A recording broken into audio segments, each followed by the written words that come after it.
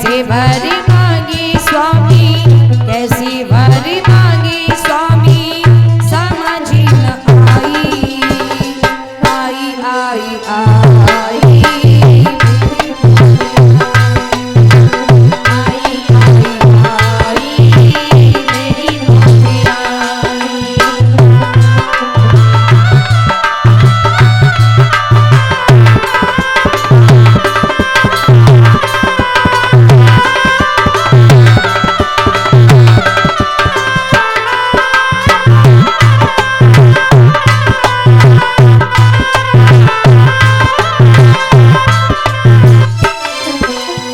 बोले दशरथ सुनो महाराज,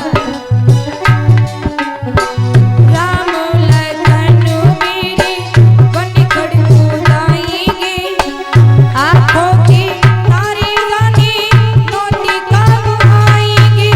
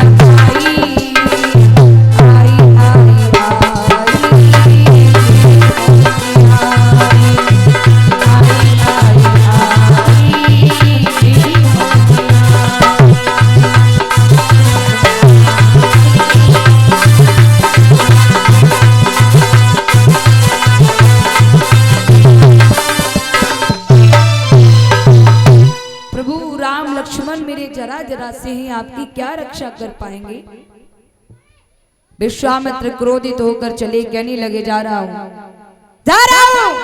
7 नदियों का जल लेकर आऊंगा, तेरी अवध को भस्म करूंगा। हरीश महाराज दशरथ जी कहने लगे जो आपके मन में आए वो कर दो, लेकिन मैं राम लक्ष्मण को नहीं दे पाऊंगा, क्योंकि प्रभु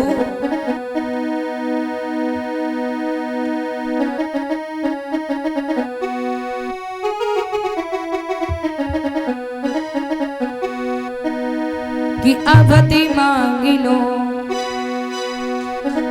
कि अवधि मांग लो, राम प्यारी न मांगो, अवधि मांग लो,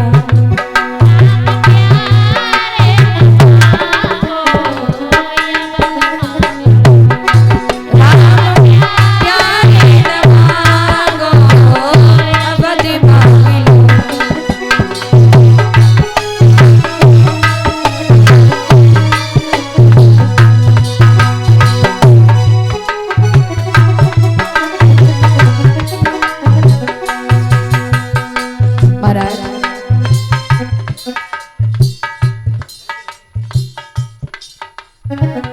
अवधि मांग लो जी मांग लो, अवधि मांग लो, राम प्यारी न मांगो, अवधि मांग लो,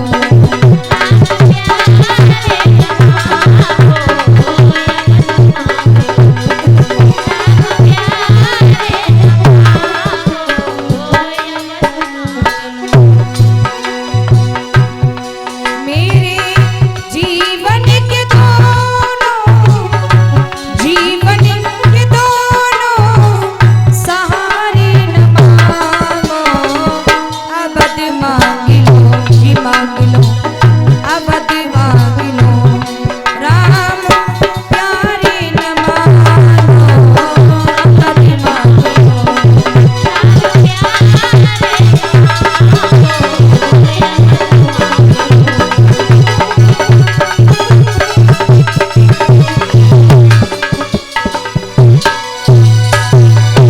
सारी अवध का राज्य ले लो प्रभु, लेकिन राम लक्ष्मण को नहीं दे पाऊंगा। विश्वामित्र गुस्से में चले।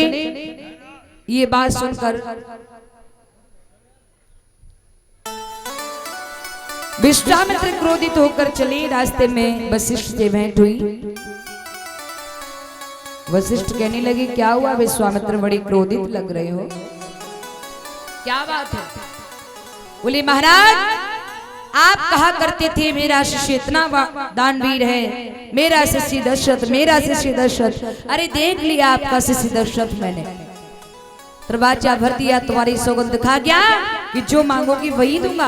और कह रहा था रघुकुल रीत सदा चली आई, प्राण जाए पर बच न जाई। और मैंने राम लक्ष्मण को मांगा तो उसने आंसू ढलका करके दिखा दिया। क्या? बोले हाँ। वशिष्ठ कहने लगे, आप इतने नाराज न हो, सुनो, हम तुम्हें वचन देते हैं कि चलो हम तुम्हें राम लक्ष्मण को दिलाएंगे। विश्वामित्र कहने लगे, वो राम लक्ष्मण नहीं देगा। जवाब दिया, राम लक्ष्मण वो मेरे कहने पे देगा, आप चलिए ना। विश्वामित्र क्रोधित होकर कहने लगे, एक बात बताओ, क्या? अगर उसने राम लक्ष्मण नहीं दिए तो? बोले राम लक्ष्मण नहीं दिए तो आपकी जो इच्छा करे वो करना। बोले युद्ध होगा, बोले हो जाने देना, लेकिन एक बार मेरे कहने पर चलो।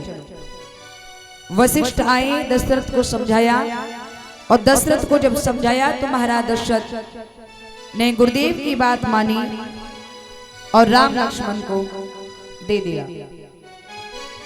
गुरुदेव राम लक्ष्मण को लेकर चले। इधर कलश वाली देवियां खड़ी हो जाए। राम लक्ष्मण को लेकर चले। गुरुदेव ने कहा है कि बेटा मेरे आश्रम पर जाने के दो रास्ते हैं। बोले क्या?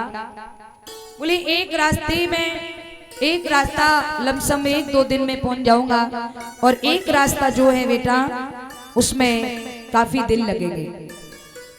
राम जी कहने लगे, गुरुदेव भला इतने दिन कौन घूमेगा, एक काम करिए, क्या जो शॉर्ट से शॉर्ट रास्ता है, यानी जितना संक्षिप्त से संक्षिप्त है उसमें ले चलो। गुरुदेव कहने लगी, बेटा राक्षस बहुत मिलेंगे। बोले क्या? बोले हाँ। राम जी कहने लगे, आप परेशान क्यों हो रहे हो जब हम हैं तो?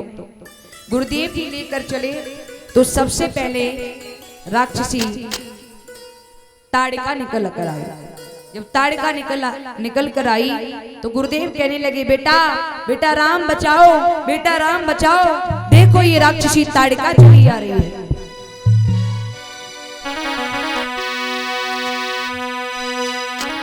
कि गुरुवर ने कहा, बेटा राघव राक्षसी ताड़िका आई रही है।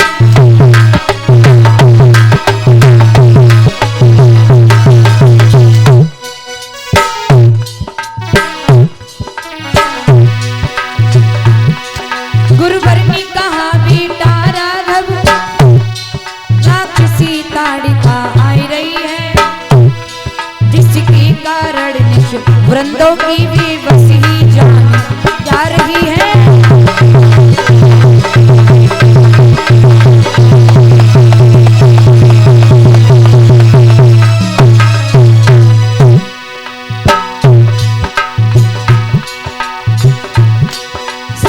सुन लो धनवाधारी,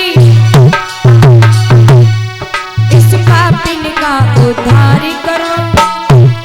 हे दीनहीन के रखवाले, इस पापिन का संहार करो।